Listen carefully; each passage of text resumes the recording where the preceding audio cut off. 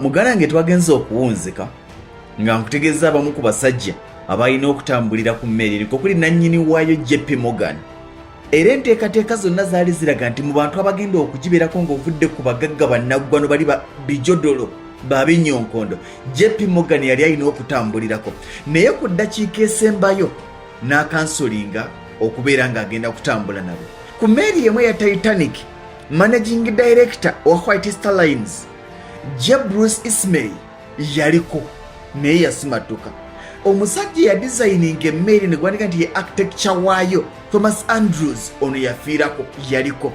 Ono naye kennyini y'omu ku bantu abasanga okusoomoozebwa kubanga akaseera kaatuukanga buli ekiriwo akiraba naye nga amaaso g'abantu bonna abali mu 2000 gali ku ye, ng'amaaso g'abantu 2000 n'omusobi baali 2224 ng'amaaso gali ku ye. Buli ekibaawo ssebo kino gwe wakikola.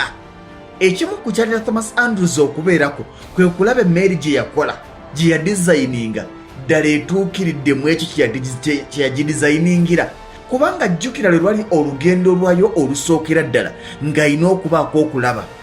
Ekimu ku bintu ebyali ebizibu kwe kakasa obanga ddala abantu bonna abaasaza tiketi okutambulira ku mmeeri eno eya Titanic baagirinnya oba bonna baaliko mu kaseera we yagwira. Lwaki? Olw'ensonga baalinyira mu makubo ga njawulo. Ate si bonna abaava e Southampton nti baali bagenda kwolekera New York City butereevu, nedda. Ate n'abalala baavaako makkati awo. Waliwo abali mu 50 abaasazamu olugendo lwabwe ku ssaawa envannyuma olw'ensonga ezitali zimu. Ne baga nti tubadde baakugenda naye tetujja kgenda. Kati ojja kutunuulira enteekateeka eno kikulage nti kaali kaseera kazibu nnyo okutegeera nti kaakati bano abantu be bali ku lyato mu bujjuvu bwabwe. Wano bwe twogera 2000 owulira ng'abantu, naye teeberezaamu abantu 2000 nga bali ku kizimbe nga Masengere wano. Ku Masengere wabeerawo abantu nga 5 ye bawera, kale nga 5 olunaku n'olaba nga Masengere bozinoboza nti kyekiri wano. Naye teeberezaamu nga lyato liriko abantu 2000 n'omusobyo. Emmeeri eno abasaabaze baatandika okutuuka zaali ssaawa 3:30 ez'okumakya. Abasaabaze abaalinyire Southampton baali 92. Njagala ompulirize bulungi. Abasaabaze abaalinyire Southampton baali 92. 179 aboogerwako baali mu first class. 247 be baali mu second class. Nagamba emmeeri eno yali ya class 3. Mu third class mwalimu abasaabaze 494. Abalala baali balina kupikingwa ekyebogo mu ggwanga erya Bufalansa ne Queenstown. Kati ku ssaawa awo eza malya ga kyamisana ssaawa 6:7 awo emmeeri etandika. Bajjayo ebijinji bagamba twolekedde, abantu nga bagirengera, akalulu nga kavuga okuva ebule n'ebweya. Titanic esimbudde. Buli omu nga yeebuuza nti lino eryato lyazimbiddwa likyakugamira eryato eryali lisinga okuba eryakatawi mu maato amali g'obulamu, amaato g'abasaabaze. Naye ng'esimbula eti mu ddakiika ezaddako yatandikirawo okukola akabenje. Wanje Titanic ng'esimbula yakolerawo akabenje. Era emmeeri ya SS City of New York eya American Lines n'emmeeri eya Oceanic eya White Star Line. Oceanic baali bagiteeseteese ng'egenda kutambulira ku Titanic in case of anything ebeere ng'eyamba. Kati yagiri kumpi wano mu kusimbula olw'okuba nti yali y'amaanyi okugikusukuma mu mazzi. Yaleetera amazzi okuwanika waggulu mu fuuti eziwera nga 15 ne gakuba emmeeri zino endala ezaali ku mabbali ne zireetera abantu abaliko okusanga akaseera akazibu. Era eddakiika ze yali alina okusimbuliramu okutambula zaakereesebwamu essaawa nnamba olw'ensonga nti bali balina okusooka okutaasibwa. Emmeeri ya Vulcan yayanguyirawo okutaasa embeera eyaliwo. Era Captain Smith yabagamba nti wano we tuli kano kaseera kazibu, engini zonna muziteekeko zibeere nga ziri active ate nga zikubira amazzi ku misinde emiyitirivu. Era kyekintu kye baakola. Emmeeri eya Vulcan n'emmeeri ya Titanic akabenje kazo kali mu ddakiika mu fuuti 4. Yagisimatuka gitomera fuuti 4. kitegeeza nti yagiryawo era waliwo akaseera akasimu nga ntibaga nti tufudde naye oluvannyuma embeera neetereera.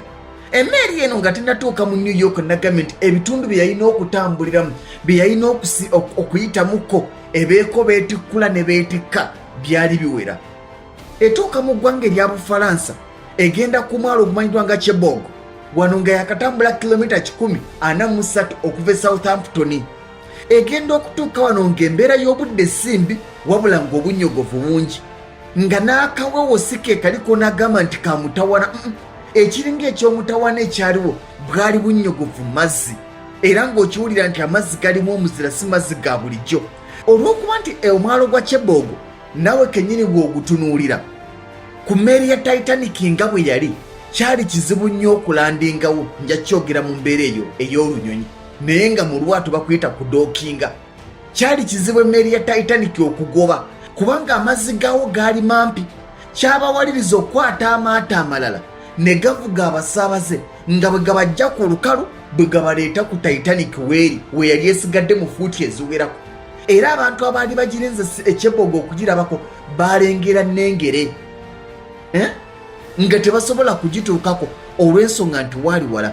Era awo wennyini ku mwalo gwa Chebogo mu ggwanga erya Bufalansa abasaabaze abalala 274 kwe kweyongerako abasaabaze 142 era abasinga okweyongerako okuva mu Bufalansa baali bagagga ba bijodolo be batambulira mu first class. Era wano 142 batambulira mu first class, abasaabaze 30 batambulira mu second class, abasaabaze 12 be batambulira mu third class. Waliwo abasaabaze 24 abaaviirako wano nga bo baali balinnye emmeeri kubajja wali Southampton kubaleeta wano Chebogo mu Bufalansa bamaliraawo. Era wano abasaabaze 24 we baakoma. Omulimu gwonna ogw'okutikka n'okutikkula abagenda n'abavaako emigugu egivaako n'egiddako kyatwala essaawa emu n'eddakiika 30 nga bali mu kutikkula. Zigenda okuwera ssaawa 8 ez'akawungeezi Titanic n'eddamu okwolekera olweyolekera Queenstown. Olwo embeera y'obudde yeeyongedde okunnyogoga. Ku lunaku olwanga 11 ogwokuna zaali ssaawa 5:30 Titanic n'etuuka ku mwalo ogwa Coco Harbour oguli mu bukiikaddyo obwa Ireland e Queenstown. Omwalo Queenstown gwe yali egendako baguyita Coco Harbour era nga nawo erina beerinzeewo oba abagirinze. Ne wano wennyini olw'okuba nti kyali kizibu okudookinga olwa facilities ezitaaliwo n'amazzi gennyini agatagisobozesa n'okuginywereza mu kifo ekimu yasigala mu mazzi. Era amaato ne gavuga abasaabaze amaato ga kagaabe emmeeri endala kankigambe ne zivuga abasaabaze nga zibaleeta emmeeri ne Titanic we yali. Wano ku mwalo wane Queenstown yajjawo abasaabaze 123.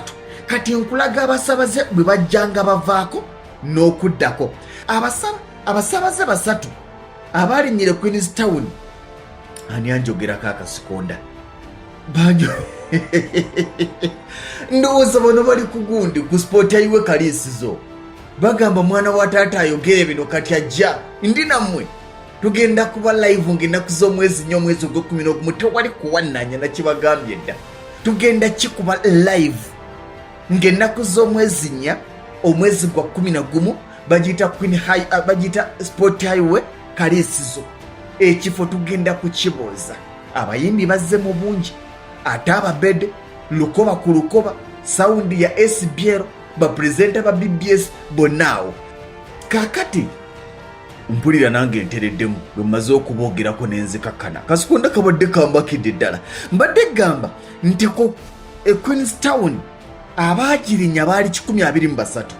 3 baalinya first class, 7 baalinya second class, 13 baalinya third class.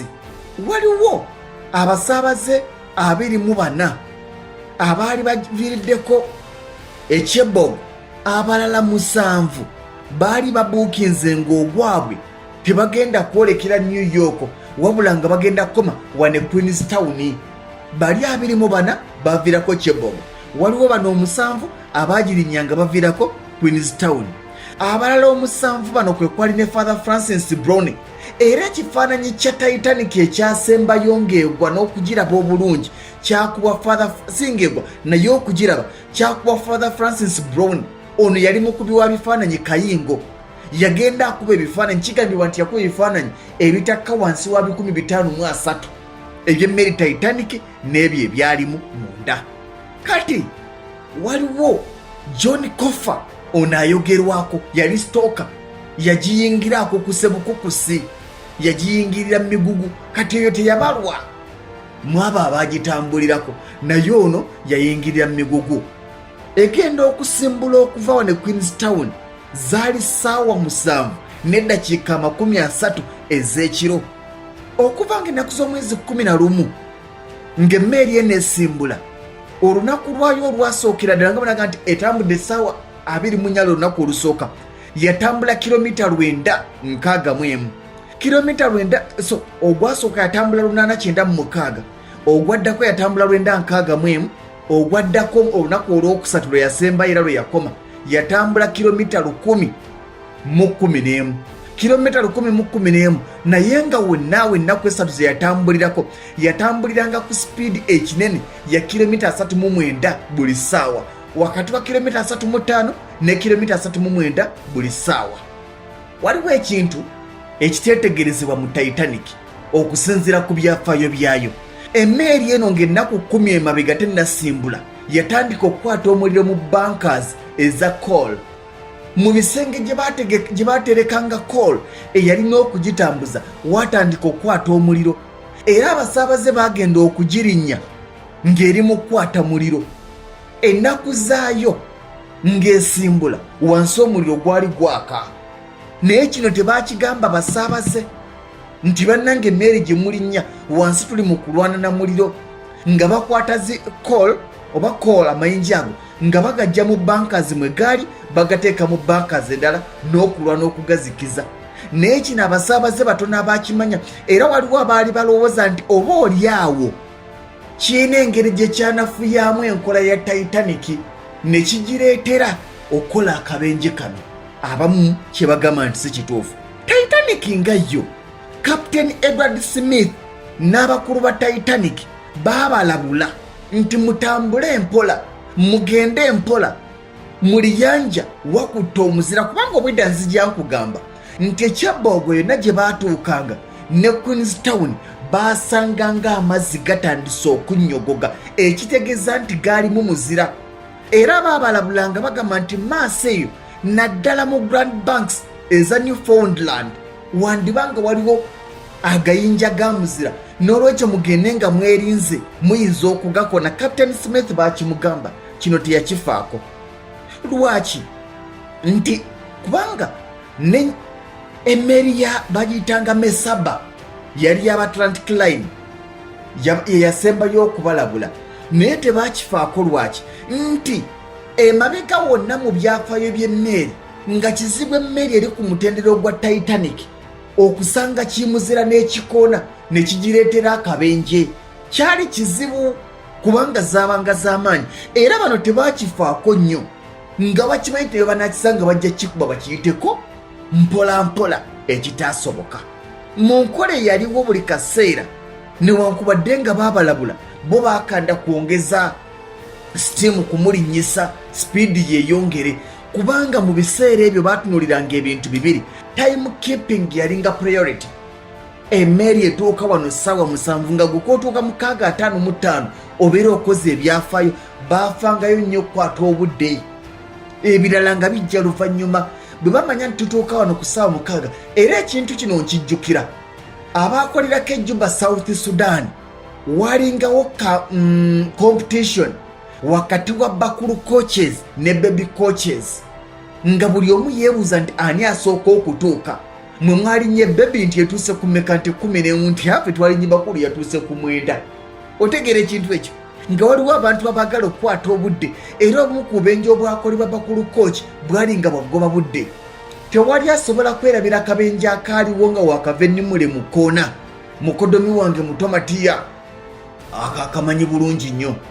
bwana Sekyanzi mukodomi wange we nansana bayitawo kuwamala ku Masiro y'omu ku basajja abatambudde amawanga ga East Africa ne Central Africa wano West Central Africa. Kati akabenje akamanyi bulungi, akabenje akagwawo basi ya Bakulu lwe yakonagana ne ya Baby Coach, wagimanya? Wakamanya akabenje ako? Nanti mwete mutambuddeko kubigiri wano mutambuza nyonyi nefe abakolirako ejjuba akabenje ke kabenje katugamba akasanyawo basi y'abakulu kampuni. Ye kampuni yali esinga okuvuga abantu mu South Sudan, Juba, nga kampuni eddako yali ya Baby Coach, naye nga Bakulu tennajja waliwo Grace Coach ye yasooka okusanyawo abantu. Grace Coach newerebwa ne bagamba nti Grace Coach yavaamu Bakulu Coach, ne Bakulu Coach yasaanawo, Baby Coach yasigalawo naye zeekuba. Abamu ne bagamba nti badriver babiri beyinako akakuko omu n'alumba munene bazeeyabya.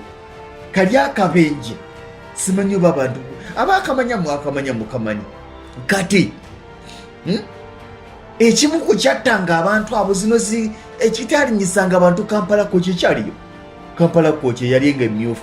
Ekitalinyisanga abantu Kampala Coach nga tutuuka Bibiya ku nsalo driver n'agenda alya nga Kampala Coach bwetuuka Bibiya ku ssaawa 3 ez'okumakya ate evaawo 10 ez'ekawungeezi nga yo olugendo lw'essaawa 12 erutambulira essaawa 18 naye yali nga simaati nga yamasapesape bano abataagala kupapa, yali nga yabalambuzi Kampala Coach kaba tebagirinya ne gateway naye nga Bakulu yakubanga ekidde kyayo Muganda ng'eyitawo emijeera tugenda okuyingira ggulu nga kaguddeyo nga mpakasa muganda wange.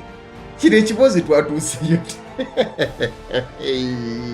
baganda bange abali Nimulembala Musaaka, abali Local City, abali Newcastle, abali Jebere Kujul, abali Gudere, abali Konyokonyo, abali Rumbek, abali Kwajok, abali Wau, abali Terekeka, abali Bor, abali Malakal ne Merekia, ebyo n'ebitundu olwo South Sudan oba omutegeera. Yiroro abali Yiroro mbalamusizaako n'abali ewawu South Sudan. Abasajja kye baafangako era nga bwe nkikunyonyodde ababaasi ani asooka okutuuka ne wano bwe kyalinga Mary kyesooka okutuuka, y'ensonga lwaki kigambo okudduka sipiidi kyali kitegeeza banene gye bali. Olw'okuba nti tekyali tekibangawo, kubanga tujjukira bulungi ne mwaka gwa 1997 emmeri ya SS Crown Prince Hilem yali ya ggwanga erya German yatomera, naye bwetomera ki ayise oba kimuzira teyafuna buzibu era yamalayo n'olugendo lwayo. Kati nga baga nti olaba emmeri ya Crown Prince yatomera nesigala ng'ekyali waggulu, ate Titanic ye n'aba na buzibu ki? Nga bw'olabye ebyafaayo ebyaliyo n'abantu ennenya gye baalinnya n'enteekateeka eyaliwo, buli omu ajja kwebuuza okugwa kwayo kwava ku ki? Okugwa kwayo kwava ku ki? Ku ssaawa 5 ez'ekiro n'eddakiika 40 ng'ennaku z'omwezi 14 awo wewaali kalunsambulira. Era ebyafaayo byonna byenkunyumiza ku lwaliro mbisimbuliza okutandikira ddala ku ssaawa eyanga 5 n'eddakiika 4 okutuuka ku ssaawa 8 n'eddakiika 20 ez'ekiro emmeri eno lwe yeewoluzaamu.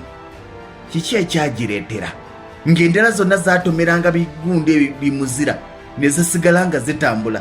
Titanic yali eyakabejja. Kiki ekyagiremerera?